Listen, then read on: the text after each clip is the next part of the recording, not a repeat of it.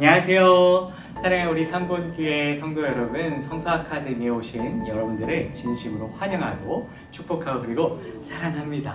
네, 오늘부터 성서 아카데미가 시작이 되었는데요. 네, 성서 아카데미가 시작이 되면서 왠지 머리가 아픈 것 같고 공 괜히 시작했나 라는 마음이 들 수 있지만, 오늘 성서 아카데미를 통해 하나님께서 주시는 사랑이 넘쳐나므로 우리 함께 기대하는 마음으로 성서 아카데미 들으시면 좋을 것 같습니다. 네, 오늘부터 함께 배울 성서 아카데미에 키워드가 있다고 하는데요. 그 키워드는 바로 성경에 나온 여성들입니다. 오늘부터 함께 배울 성경에 나온 여성들이 어떻게 하나님과 관계를 맺었는지, 어떻게 살아갔는지 배울 수 있는 귀하고 복된 시간인데요. 여러분들 필요하시다면 메모를 하셔서 꼭 성경에 나온 여성들을 잘 알아갈 수 있기를 간절히 소망합니다. 자, 그러면은 성서 아카데미 첫 번째 시간을 장식할 여성은 과연 누구일까요? 네, 맞습니다. 성경의 첫 번째로 나온 여성이죠. 그 여성은 바로 하와입니다. 네, 우리는 여태까지 하와에 대해서 너무나도 많은 얘기를 들어왔죠. 그런데 여러분 그거 혹시 아시나요? 어떤 성경에서는 하와라고도 하고 어떤 성경에서는 이브라고 한다는데요. 설마 아담이 아내가 2명 있었던 걸까요? 네, 아닙니다. 네, 실제로 우리가 읽고 있는 성경 개역개정에서는 이브라는 단어를 찾을 수가 없습니다. 하지만 다른 성경인 현대인의 성경을 보면은 이브라는 말 외에 하와라는 말은 찾을 수가 없죠. 현대인의 성경 창세기 3장 20절 말씀을 함께 한번 읽어보겠습니다. 아담은 자기의 아내의 이름을 이브라고 지었는데 이것은 그녀가 온 인류의 어머니가 되었기 때문이다. 네, 어떻게 기록되어 있나요? 현대인 성경에서는 하와라고 기록되어 있나요? 아니면 아담의 아내가 이브라고 기록되어 있나요?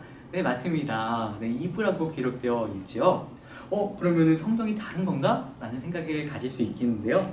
또 현대의 성경 외에도 영어 성경에도 이렇게 기록되어 있다고 해요. 영어 성경 킹 제임스 성경을 한번 해볼게요. 자, 한번 보겠습니다. Adam named his wife Eve, because she would become the mother of all the living. 네, 너무 잘 읽지 않았나요? 네, 맞습니다. 이 목소리는 제 목소리가 아니고요. 제가 영어 발음이 좋지가 않아서 유튜브에서 영어 잘하시는 성우님의 목소리를 빌려온 건데요. 네, 어쨌든 왜 같은 성경인데도 불구하고 어느 곳에서는 하와라고 기록되어 있고 어느 곳에서는 이브라고 왜 기록되어 있는 것일까요? 정말 아담의 아내가 2명이었던 것일까요? 네, 그건 절대로 아닐 것입니다. 이러한 문제가 어떻게 생겨나냐면요, 성경을 번역하는 과정에서 생겨난 문제입니다. 우리나라에서 주로 보는 성경은 아까 전에도 말씀드렸듯이 개역개정 성경이죠. 개역개정 성경은 히브리어 원문에서 그대로 번역했기 때문에 하와라는 말이 자연스럽게 쓰여진 거고요. 그리고 이브라는 말이 어떻게 생겨나냐면요, 이건 좀 약간 복잡한데요. 네, 히브리어 성경이 헬라어로 번역되면서 헬라어 성경이 라틴어로 번역되면서 라틴어 성경이 영어로 번역되고 영어 성경이 한국어로 번역되면서 생겨난 단어가 바로 이브라는 단어입니다. 좀 더 자세하게 말씀드리자면요, 히브리어 하와가 헬라어로 번역되면서 헤우와 혹은 에우와가 되었고요. 헬라어의 에우와가 라틴어로 번역되면서 에바가 되었고요. 라틴어 에바가 영어로 번역되면서 이브가 되어버린 것입니다. 그래서 결과적으로 보면요, 우리나라 현대인의 성경은 영어 성경에서 번역된 것이고요. 그리고 우리가 지금 보고 있는 개역개정 성경은 히브리어 원문에서 번역된 것이기 때문에 이 하와와 이분은 같은 사람이라는 것을 여러분에게 말씀드리고자 합니다. 사랑하는 우리 3번교회 성서 아카데미를 들으시는 여러분, 하와와 이브의 차이는 번역의 차이라는 거 꼭 기억하시길 간절히 바랍니다.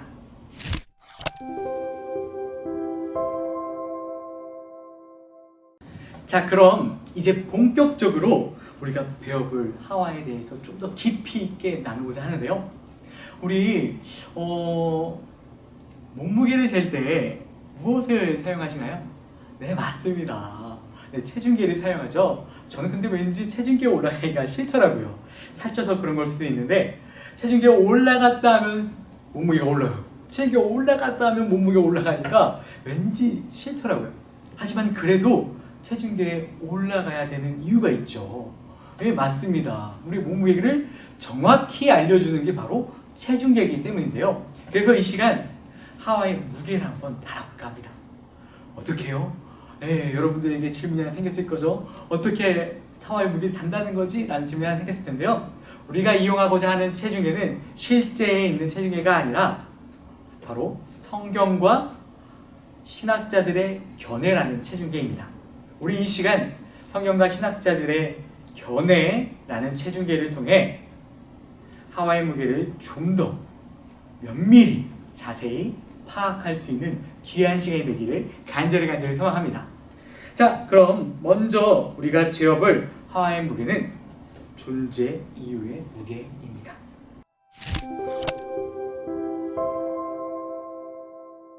하와는 어떻게 만들어졌을까요? 네, 우리 한번 말씀을 한번 같이 보는 게 좋겠죠?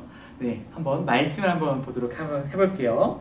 창세기 2장 18절과 22절 말씀입니다. 함께 읽겠습니다. 여호와 하나님이 이르시되 사람이 혼자 사는 것이 좋지 아니하니 내가 그를 위하여 돕는 배필을 지으리라 하시니라.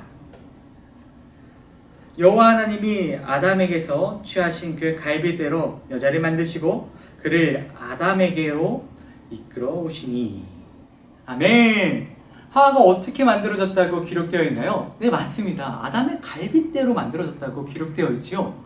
그런데 아담의 갈빗대로 만들어져서 그런지 몰라도 이 구절만 보면은 여성의 대표자인 하와의 무게가 아담보다 낮다는 것을 의미하는 것만 같습니다. 그리고 이 구절만 보면은 하와의 존재의 이유가 아담을 위한, 아담에 의한, 아담을 위해 만들어진 것처럼만 보여집니다. 그리고 어찌 보면은 아담의 소유물로 하와를 만드신 것이 아닌가라는 의문점이 생깁니다. 정말 하나님께서는 아담의 소유물로 하와를 만드셨을까요? 여기서 저는 단호하게 말할 수 있을 것 같습니다. 아닙니다. 절대로 하나님께서는 아담의 소유물로 하와를 만드시지 않으셨습니다. 먼저 우리는 창세기의 1장과 2장의 흐름에 대해서 알 필요가 있는데요. 창세기에는 두 가지 창조 이야기가 있습니다. 첫 번째는요, 천지창조 이야기입니다. 창세기 1장 1절에서부터 2장 4절 상반절까지에 있는 모든 내용들은 다 천지창조 이야기라고 보시면 됩니다. 하나님께서 하늘을 창조하시고 땅을 창조하시고 나무를 창조하시고 사람을 창조하셨다라는 이야기는 바로 천지창조에 관한 이야기인데요. 두 번째 이야기는 인간 창조에 관한 이야기입니다. 창세기 2장 4절 하반절부터 25절까지에 있는 내용은 인간 창조에 관한 내용이지요. 이처럼 하나님의 천지창조 이야기는 두 가지인데요. 우리가 꼭 알아야 될 것이 있습니다. 그것은 바로 이 두 가지 내용이 서로 모순되거나 서로 배타적이지 않다는 것입니다. 오히려 서로 상호 보완적 역할을 한다는 것을 우리는 꼭 기억해야 합니다. 천지창조는 만환경으로 거시적으로 보는 관점을 기록한 것이라면 인간 창조는 현미경으로 미시적으로 본 것을 기록한 것입니다. 그런 의미에서 창세기 1장 26절에서부터 28절까지의 내용은 상당히 중요한데요. 함께 한번 말씀을 보도록 하겠습니다. 하나님이 이르시되 우리의 형상을 따라 우리의 모양대로 우리가 사람을 만들고 그들로 바다의 물고기와 하늘의 새와 가축과 온 땅과 땅에 기는 모든 것을 다스리게 하자 하시고, 하나님이 자기 형상 곧 하나님의 형상대로 사람을 창조하시되 남자와 여자를 창조하시고, 하나님이 그들에게 복을 주시며 하나님이 그들에게 이르시되 생육하고 번성하여 땅에 충만하라. 땅을 정복하라. 바다의 물고기와 하늘의 새와 땅에 움직이는 모든 생물을 다스리라 하시니라. 아멘. 잘하셨습니다. 여기서 중요한 단어를 꼽자면은 하나님의 형상입니다. 사람을 만드실 때 누구의 형상을 닮아서 만들었다고요? 맞습니다. 하나님의 형상을 따라 창조하셨다고 하셨습니다. 창세기전에는 인간이 하나님의 형상으로 만들어진 존재임을 강조하고 있습니다. 인간이 하나님의 형상대로 만들어졌다는 사실은 적어도 4가지의 의미를 보여주는데요. 첫 번째는요, 인간의 존귀성입니다. 고대 근동에서는요, 하나님의 형상은 왕을 가리키는 말이었다고 해요. 그렇다는 것은 하나님이 인간을 창조하실 때 하나님의 형상대로 창조하셨다는 그 말은 인간을 왕 같은 존재로 만드셨다는 것을 의미합니다. 그런데 유독 남자만 하나님께서 그렇게 창조하셨을까요? 아닙니다. 창세기 1장 27절을 자세히 보면 하나님의 형상대로 사람을 만드실 때 남자와 여자를 창조하셨다고 기록되어 있습니다. 남자와 여자 모두 다 왕같은 존재, 존귀한 존재로 창조하셨다고 이 창세기 1장 저자는 말해주고 있는 것이죠.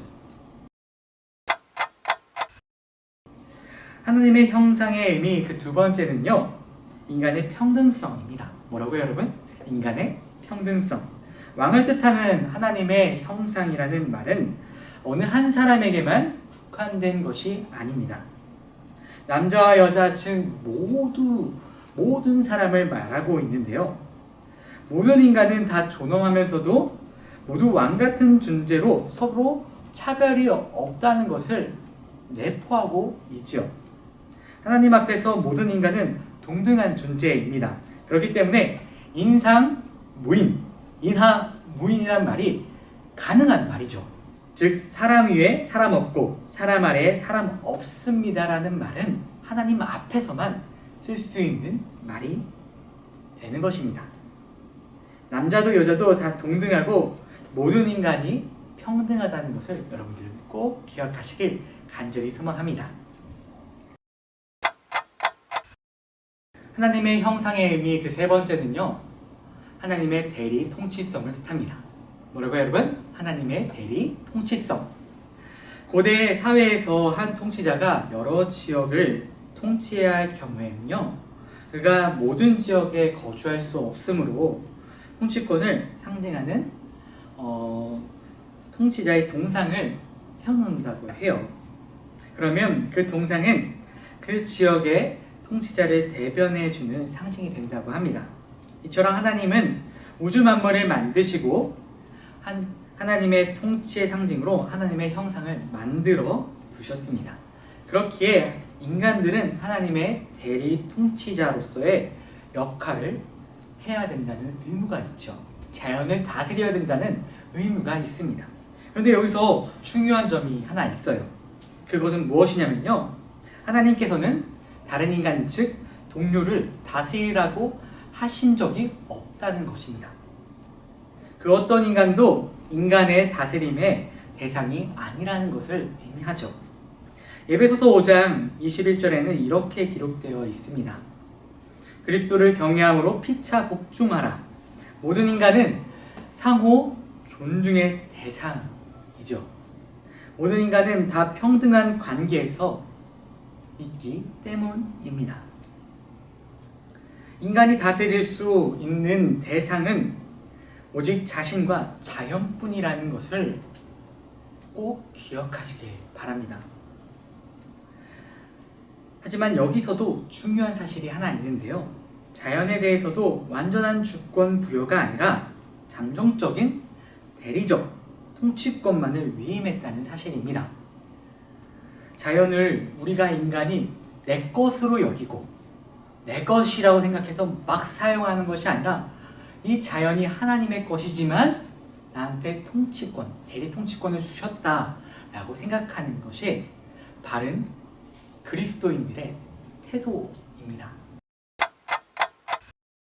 하나님의 형상의 의미 그 네 번째는요, 하나님과 영적 교제의 가능성을 말해줍니다.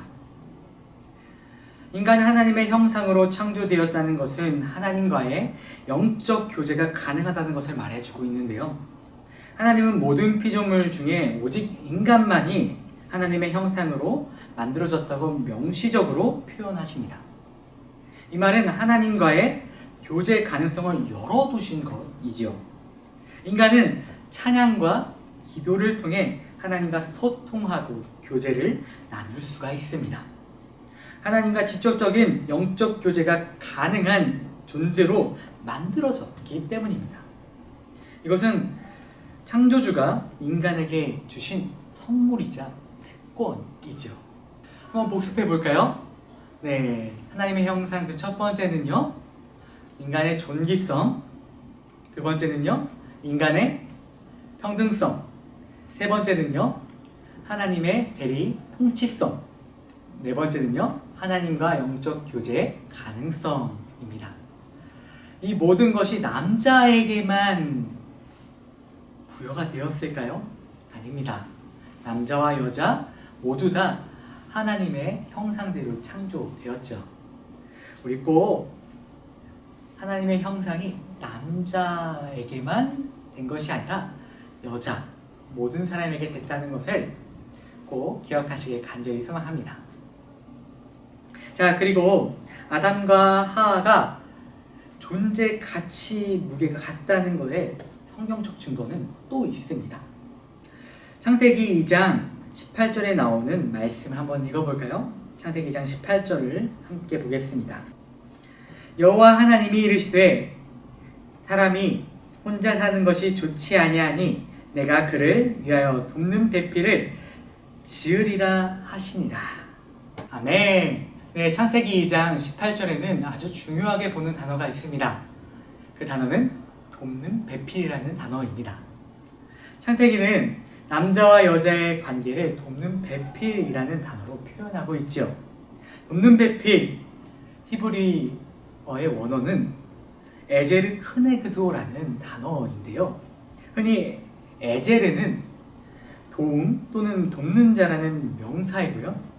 크네그도는 배필이라는 단어입니다. 이들이 합쳐져서 에제르 크네그도, 돕는 배필이라는 단어가 완성이 된 것인데요. 그런데 이 에제르 크네그도는 각 단어마다 다양한 의미가 담겨져 있습니다. 신학적으로 아주 다양하게 표현이 가능한 말이 되어버렸는데요. 이 단어들을 통해 하와를 아담에게 보내신 하나님의 계획을 한번 살펴보면 좋을 것 같습니다. 에제르 크네그도는 총 3가지로 해석이 가능한데요. 우리 한번 살펴볼까요? 네, 먼저 크네그도의 의미는 배필의 의미도 있지만 동등한 이란 의미도 있습니다. 이 동등함의 의미는 거울에 비친 자기 모습을 의미하기도 하는데요. 이것은 남녀 사이, 즉 부부 사이란 서로 대등한 관계에서 돕는 자임을 보여줍니다. 즉 에제르 크네그도의 해석은 동등한 돕는 자라는 의미이죠. 그러므로 부부 사이에 당신은 나보다 낫다, 당신은 나보다 높다라는 말은 적절치 못한 말입니다. 하나님께서 둘 다 똑같이 짝을 지어주셨기 때문에 누가 높네, 누가 낮네 라고 따지기보다는 서로가 같다라는 것이 하나님께서 사람들을 만드신 의미라고 볼 수 있죠. 따라서 대등한 관계, 동등한 관계 속에서 서로 도와주는 존재, 이것이 바로 돕는 배필의 의미입니다. 크네그도의 두 번째 의미는요, 반대하는 이라는 의미가 있습니다. 즉 반대하는 돕는 자 혹은 돕는 반대자라는 의미가 있는데요. 남녀 사이에는 반대하면서 도움을 줄 수 있어야 한다는 의미가 담겨져 있죠. 반대하는 도움은 아무나 줄 수 없습니다. 예를 들어서 자신과 친근하지 않은 사람이 무슨 일을 시도하려고 할 때 의향을 물어본다면은 그 일이 안 될 일임을 분명히 알면도 불구하고 우리는 그 사람이 하고 싶어 하는 대로 격려하는 데에 그치기 마련입니다. 결국 그 일이 잘 안 되었을 때 아이고 잘 안 됐군요. 아이고 힘내세요. 라는 형식적인 위로의 말로 끝나는 것이 전부일 것입니다. 하지만 부부 사이에 당연히 안 될 일을 알면서도 해보세요 라고 말을 할 수 있는 부분은 별로 없죠. 그리고 일의 결과가 안 좋았을 때 아이고 안 됐네요. 어떡해요. 기도할게요. 라고만 담담하게 말할 수 있는 부분은 없을 겁니다. 만약 그렇게 한다면 이는 정상적인 부부라고 말할 수 없겠죠. 아까 저의 몸무게를 얘기했잖아요. 예, 저의 건강을 위해서는 살을 무조건 빼야 됩니다. 그런데 살 빼는 게 어디 쉽나요? 예, 야심한 밤에 음식이 너무 생각날 때 있잖아요. 그래서 제가 한번 아내한테 물어봤어요. 아 여보, 내가 라면이 생각나는데 이 야심한 밤에 라면 끓여서 먹을까? 라고 물어보면은 아내는 어떻게 대답할까요? 아이고 그러세요. 라면 끓여 먹으세요. 라고 대답할까요? 아니면은 안 돼. 오빠 살이 얼마나 많이 쪘는데 참어. 이렇게 말할까요? 근데 저는 전자보다는 후자 쪽을 많이 들었던 것 같습니다. 그리고 또 제가 몰래 라면을 끓여 먹다가 살이 너무 많이 찐 것 같아서 아내한테 아 여보 내가 어제 라면이 너무 먹고 싶어서 어젯밤에 여보 잘 때 라면을 끓여 먹었어 라고 솔직하게 말한다면은 아내는 저한테 뭐라 그럴까요? 아이고 그랬어요? 안 됐네요. 제가 기도할게요. 라고 그럴까요? 아니면은 여보 진짜 어떻게 된 거야 이거 오빠 큰일 났어. 오빠 살봐 이렇게 말할까요? 저는 전자보다는 후자일 것 같습니다.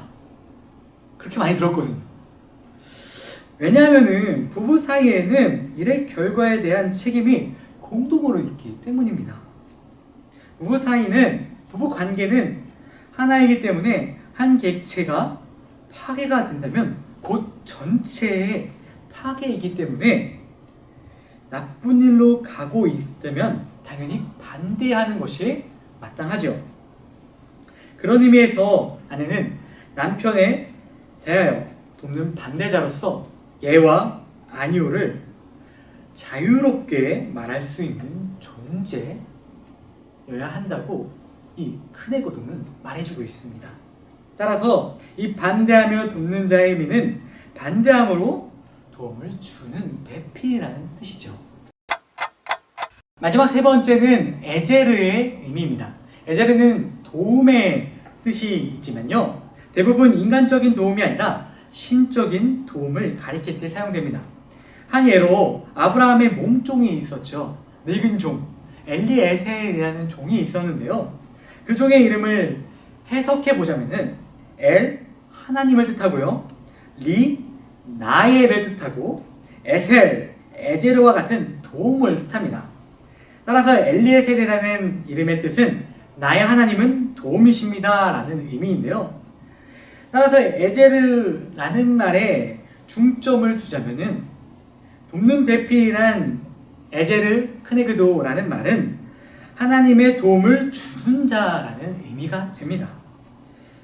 이 말대로 하면 남녀 사이는 하나님의 도움을 주는 통로가 된다는 말이죠. 우리 3번 교회처럼 말이에요. 아내는 남편에게 하나님의 도움을 주는 통로가 되고 남편도 아내에게 하나님의 도움을 주는 통로가 되어야 된다는 것입니다. 돕는 배필이란 서로가 하나님의 도움을 주는 통로가 되는 것을 뜻합니다. 따라서 남녀가 한 몸을 이루어 한 가정을 꾸미는 것을 의도적으로 거부하는 것은 결국 하나님의 도움을 거절하는 교만한 태도라고 할 수 있습니다.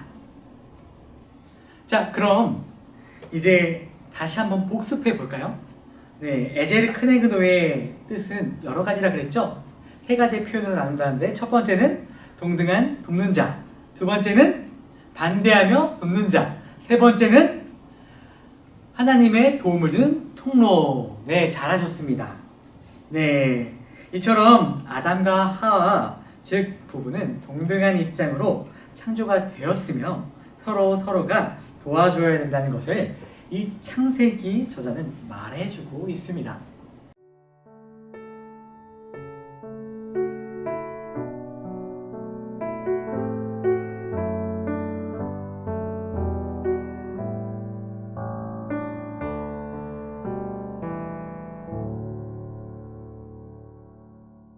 우리는 지금까지 하와의 존재 이유에 대한 무게를 한번 재어보았는데요. 그런데 이제 두 번째 시간은 하와의 죄에 대한 무게를 한번 재어볼까 합니다. 창세기 3장을 보면 인간의 타락에 관한 얘기가 나와요. 이 타락의 이야기는 여성분들이 가장 싫어하는 부분이 아닐까 싶은데요. 왜냐면요, 하나님께서 동등하게 창조하실지는 몰라도 죄의 경중은 하와가 더 많은 게 아닌가 하는 의구심 때문입니다. 하와가 더 잘못한 것이 아닌가라는 질문이 누구나 다 3장을 읽어보면 생길 수 있습니다. 하지만 3장을 자세히 정말 면밀히 살펴보면요, 타락의 책임이 남성에게도 있다는 것을 알 수 있는데요. 이 시간 저와 같이 인간의 타락의 죄에 대해서 한번 알아보는 시간을 갖도록 해보겠습니다.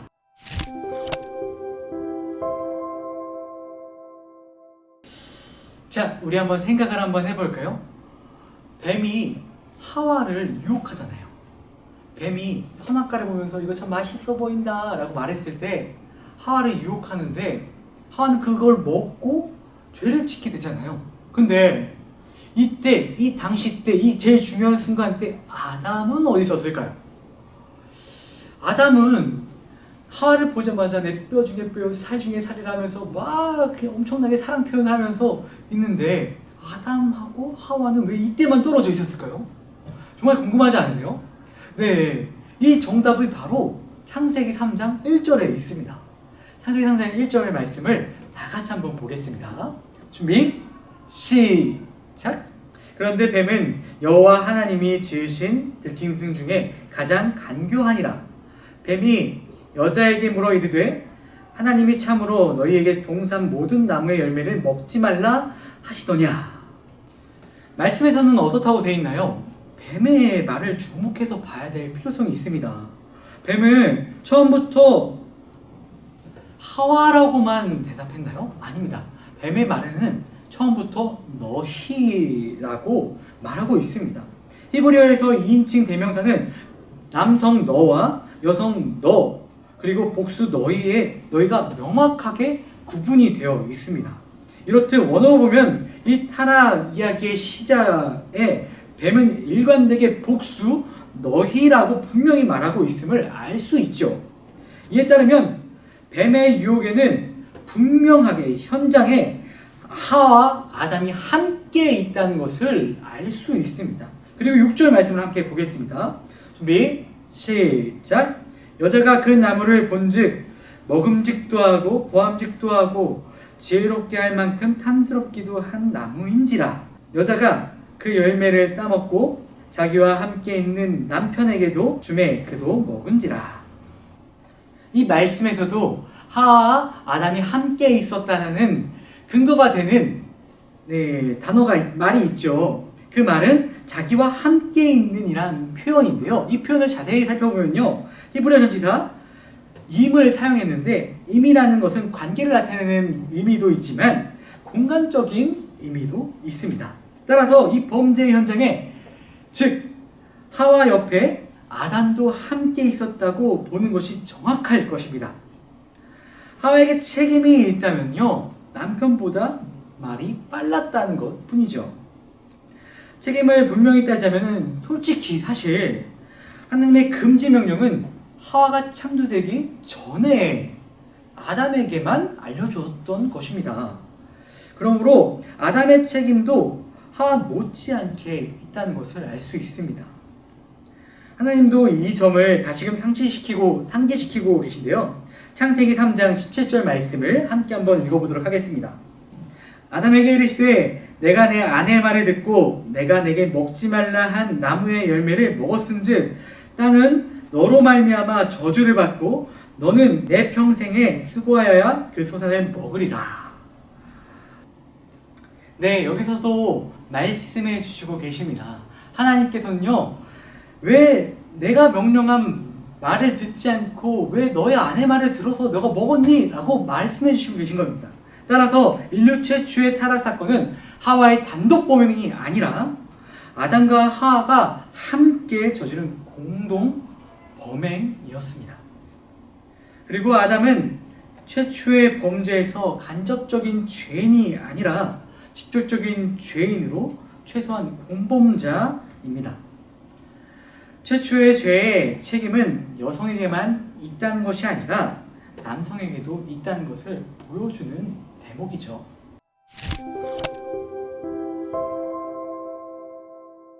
자, 그럼 이제부터 아담과 하와가 저지른 죄는 과연 어떤 것일지 한번 제대로 파악해보고자 하는데요. 아담과 하와가 저지른 잘못은 본질적으로는 하나님과의 약속을 깨트려 버린 것입니다. 하나님께서 먹지 말라고 말한 선악과를 먹은 것이 그들의 잘못이었는데요. 그런데 그들은 어떻게 이런 생각을 할 수 있었을까요? 어떻게 먹어도 된다고 생각할 수 있었을까요? 그들의 생각을 잘 정리한 사람이 있습니다. 그 사람은 신학자인데요. 그 사람의 이름은 칼 바르트입니다. 제가 칼 바르트에 대해서 짧게 소개를 하자면요. 칼 바르트는 신전통주의의 대표자로 유명한 사람이죠. 20세기 자유주의 신학이 독일에 판을 쳤을 때 아주 맹렬히 비판했던 사람이 칼 바르트입니다. 칼 바르트가 적은 책이 있는데요. 그 책은 자유주의 신학의 놀이터에 떨어진 핵폭탄과도 같다라고 이름이 붙여진 책입니다. 그 책의 이름은 바로 교회학이라는 책이죠. 10,000페이지나 넘는 두꺼운 책인데요. 마지막 부분에 화해론에 보면 칼 바르트가 죄에 대해서 어떻게 생각하고 있는지 아주 잘 정리해 놓았습니다. 우리는 이 시간 칼 바르트라는 신학자가 말한 하와가 아담이 저지른 죄의 본질에 대해서 나누고자 합니다. 바르트가 말한 죄의 본질은 근본적으로는 예수님과의 불이치를 말합니다. 크게 세 가지 유형으로 나누었는데요. 첫 번째는요, 교만. 두 번째는요, 태만. 그리고 마지막 세 번째는요, 기만입니다. 첫 번째는요, 바르트가 말한 교만인데요. 교만은 과연 어떤 것일까요? 네, 우선적으로 제가 말씀드렸듯이 바르트가 말한 죄의 본질은 예수님과의 불일치였습니다. 예수님께서는 여기 계신데 우리가 여기 있으면요, 이건 바로 죄다라고 말하고 있는데요. 바르트가 말한 교만 역시 마찬가지입니다. 예수님의 행동을 보면요, 예수님께서는요, 성육신을 통해 인간의 모습을 취하여 낮아지셨습니다. 낮아지신 상태로 이 땅 가운데 오셨죠. 근데 이때 인간이 낮아지신 예수님과 같이 되지 않고 높아지려 한다면 이것은 바르트가 생각하기에는 교만이라고 지적한 것입니다. 아담과 하와를 한번 볼까요? 아담과 하와는 선악과를 먹은 이유가 있었죠.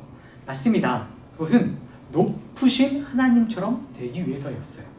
하나님께서 선악을 알고 계시니까 이 선악과를 먹어서 높으신 하나님처럼 되고자 하는 마음이 있었기 때문에 아담과 하와는 선악과를 따먹었던 것입니다. 이것을 바르트는 교만이라고 본 것이죠. 바르트가 말한 두 번째 죄는 태만입니다. 바르트가 말한 태만은 어떤 것일까요? 태만은 게으른 것을 말하는데요. 바르트가 말한 태만은 예수님을 게을러서 믿지 않는 것을 말합니다. 예수님께서는 이 땅 가운데 내려오셔서 십자가를 지셨고 그리고 돌아가셨습니다. 하지만 죽음 가운데서 일어나셔서 다시 부활하셨고 그리고 하늘로 올라가셔서 우리를 초청해 주십니다. 오직 믿음으로 너희가 천국을 갈 수 있다 라는 말을 통해서 예수님께서는 끊임없이 우리를 초청해 주십니다. 하지만 인간은 그 초청에 응답하지 않는 것, 불응하는 것, 믿지도 아니하는 것, 그것이 바로 바르트가 지적한 인간의 태만입니다. 우리가 계속 거룩해지지 않고 계속 낮아진 상태로 머물러 있으려고 하는 것이 바르트는 인간의 태만이라는 죄라고 지적합니다. 아담과 하와는 어떻습니까? 네, 하나님께서는 아담과 하와에게 선악과만을 주신 건 아니죠. 선악과를 알 수 있는 나무만 주신 건 아닙니다. 무슨 나무까지 같이 주셨죠? 맞습니다. 생명나무까지 같이 주셨습니다. 이 나무를 주신 이유는 아담과 하와에게 생명나무의 열매를 먹고 영원히 하나님과 같이 살 수 있도록 초청해 주신 것입니다. 하지만 그들은 먹지 않았죠. 이것이 칼바르트가 지적한 태만이라는 죄입니다. 그리고 마지막으로 살펴볼 죄는요, 기만입니다. 바르트가 말한 기만은 과연 무엇이었을까요? 사전적 의미를 살펴보면 속이는 것, 거짓말하는 것이라고 되어 있습니다. 하지만 바르트가 말한 기만은 예수님처럼 말씀을 전파하지 않는 것을 바르트는 기만이라고 말하고 있습니다. 하나님의 말씀을 있는 그대로 전파하지 않고 자기의 해석에 맞춰서 전파하는 것을 바르트는 기만으로 보고 있다는 건데요. 아담과 하와도 하나님의 말씀을 듣고 가지고 간직하고 있었습니다. 그리고 그것을 제대로 전할 의무도 있었죠. 하지만 뱀의 유혹이 왔을 때 하와는 이렇게 대답합니다. 함께 말씀 한번 볼까요? 창세기 3장 2절과 3절 말씀입니다. 함께 읽겠습니다. 여자가 뱀에게 말하되 동산 나무의 열매를 우리가 먹을 수 있으나 동산 중앙에 있는 나무의 열매는 하나님의 말씀에 너희는 먹지도 말고 만지지도 말라 너희가 죽을까 하노라 하셨느니라. 사랑하는 우리 삼본교회 성도 여러분, 어떻게 하나님의 말씀과 하와의 말의 차이점을 발견하셨나요? 네, 맞습니다. 하나님께서는 동산 중앙에 있는 나무의 열매를 먹으면 어떻게 된다고 하셨죠? 100% 분명히 죽는다고 하셨습니다. 하지만 하와의 말을 유심히 보면요, 하와의 말은 죽을까 하노라 라고 말이 바뀐 것을 우리가 볼 수 있습니다. 하와는 이런 불확실한 답변을 뱀에게 하죠. 이 모습을 통해 확실히 하나님의 말씀을 제대로 전달하지 못한 것을 우리는 볼 수 있습니다. 바르트는 이 모습을 기만이라고, 죄라고 말하고 있습니다. 이렇듯 우리는 아담과 하와를 통해 교만, 태만, 기만, 이 세 가지의 죄를 배웠습니다.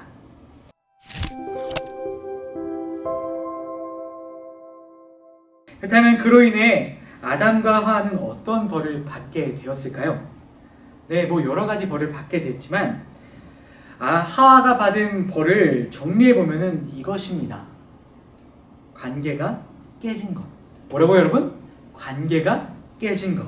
사람의 범죄로 인해 하나님과의 관계가 깨지고 아담과의 관계가 깨지고 그리고 자연과의 관계가 깨진 것입니다. 창세기 1장과 2장에서는요, 하나님과의 관계가 온전한 상태였습니다. 그래서 하나님과의 관계도 좋고 사람과의 관계도 좋고 자연과의 관계도 좋았죠.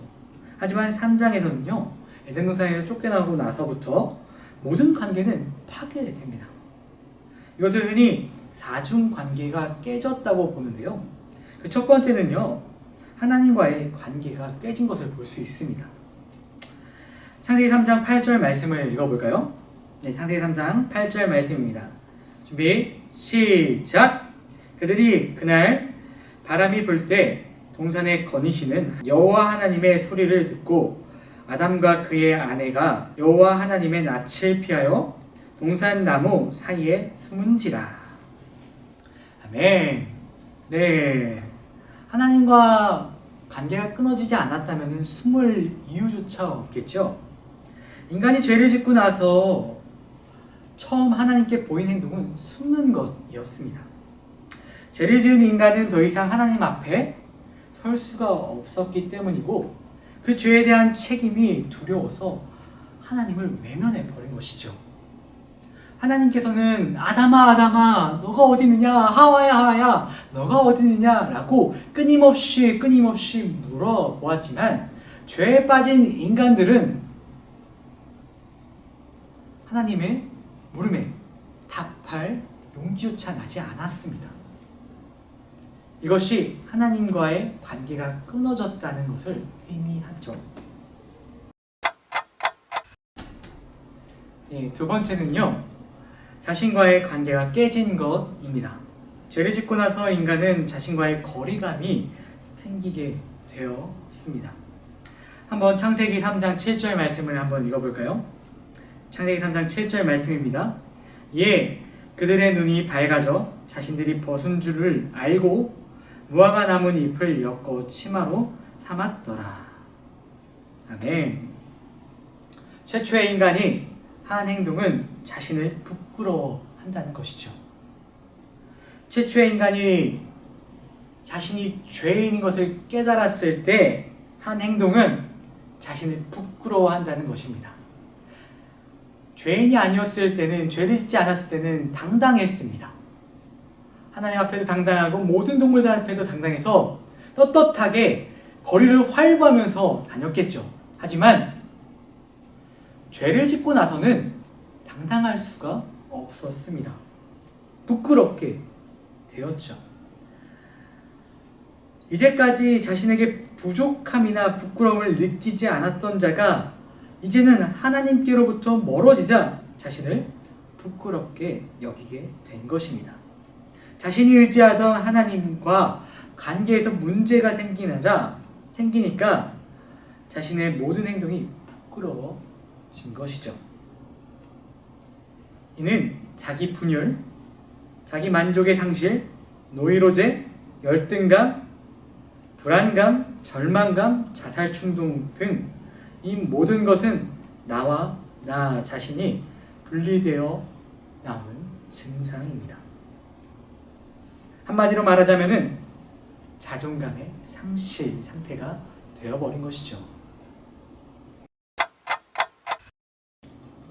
그리고 이어지는 세 번째는요, 아내와의 관계, 즉 인간관계가 깨어졌음을 보여줍니다. 하나님께서는 아담에게 어떻게 그 열매를 먹을 수 있느냐라고 물어봤습니다. 그때 아담은 자신이 먹었습니다. 자신이 먹고 싶어서 먹었습니다. 죄송합니다 라고 말을 했으면 되는데 그거를 누구한테 돌리죠? 맞습니다. 하와한테 돌립니다. 하나님께서 만들으신 제가 나한테 꿰어서 제가 나를 유혹해서 내가 어쩔 수 없이 먹게 되었습니다 라고 말을 합니다. 이 모습은 확실히 책임을 전가한 모습이죠. 그리고 이 모습은 최초의 부부싸움이라고 할 수도 있습니다. 두 사람의 첫 만남은 어떠했을까요? 아담에게는 그저 하와가 내 뼈 중에 뼈, 내 살 중에 살이다 라고 고백할 정도로 사랑하는 사람이었습니다. 하나가 돼도 아깝지 않은 사람이었습니다. 허나 아담이 죄를 짓고 나서는 남남이 되어 버린 것이죠. 남한테 할 수 있는 말을 서스름 없이 하와에게 한 것이죠. 아담의 이 무책임한 전가로 인해 부부의 관계는 깨집니다. 원래 하나님께서 만드셨던 돕는 배필의 관계가 깨져 버린 것입니다. 그리고 마지막은 네 번째로 동물과의 관계가 깨진 것입니다. 우리는 흔히 자연과의 관계가 깨졌다고 보는 것이 맞을 텐데요. 하와에게 책임이 전가된 상황에서 하와는 그 죄에 대한 책임을 뱀에게 전가시킵니다. 이 모습은 하나님께서 보시기에는 또 다른 아픔이었을 것입니다. 그래서 하나님께서는 이렇게 말씀하시죠. 창세기 3장 17절 말씀입니다. 함께 읽겠습니다. 아담에게 이르시되 내가 내 아내의 말을 듣고 내가 내게 먹지 말라 한 나무의 열매를 먹었은즉 땅은 너로 말미암아 저주를 받고 너는 내 평생에 수고하여야 그 소산을 먹으리라. 아멘. 네. 여기서 주목해야 될 단어가 있는데요. 그 단어는 땅입니다. 땅은 히브리어로 아다마라고 합니다. 아다마. 지금까지 강의를 들으셨다면 뭔가 비슷한 단어가 떠오를 텐데요. 네, 맞습니다. 아담하고 비슷하죠. 당연히 비슷할 수밖에 없습니다. 아다마는 아담, 사람이라는 단어의 기원이기도 하니까요. 인간은 땅에서 왔습니다. 인간은 땅에서 와서 땅 파먹고 살다가 결국 땅 속으로 들어가는 존재가 바로 인간입니다. 인간과 땅은 원래 하나였지요. 그런데 인간의 타락으로 인해 땅은 저주를 받게 됩니다. 이 사건으로 인해 인간과 자연의 관계는 깨져 버리죠. 이처럼 인간이 타락으로 불러온 현실은 사중 관계가 깨지는 것이었습니다. 하나님과의 관계가 깨지고 사람과의 관계가 깨지고 자연과의 관계가 깨지고 그리고 나 자신과의 관계가 깨진 것이었습니다. 이 사중 관계가 회복되는 것이 바로 인간의 구원이라고 말할 수 있습니다. 하나님과의 관계가 회복되고 나 자신과의 관계, 자존감이 회복되고 타인과의 관계가 회복되고 모든 생물, 자연과의 관계 회복으로 말미암아 원래 상태로 돌아갈 수 있는 것이 우리 기독교가 말하는 진정한 구원, 통전적인 구원일 것입니다.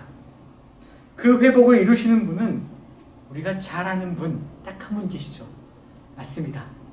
예수님이십니다. 하와에게는, 아담에게는, 그리고 우리에게는 이 예수님, 예수 그리스도가 너무나도 절실히 필요합니다.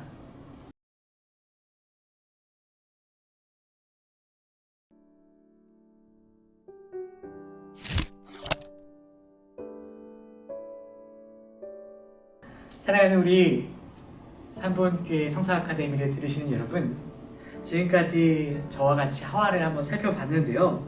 너무 어려운 시간 잘 따라와 주셔서 너무 감사드립니다. 오늘 이 시간이 하와에 대해 알고 있던 지식이 확장되는 그런 시간이 되었길 간절히 소망합니다. 그리고 우리 사랑하는 삼본교회 식구들이 하와를 통해 더욱더 예수님의 능력을 갈망하기를, 절실히 필요하다는 것을 느끼기를 간절히 소망합니다. 자, 그럼 오늘 강의 여기까지 마치겠습니다. 안녕히 계세요.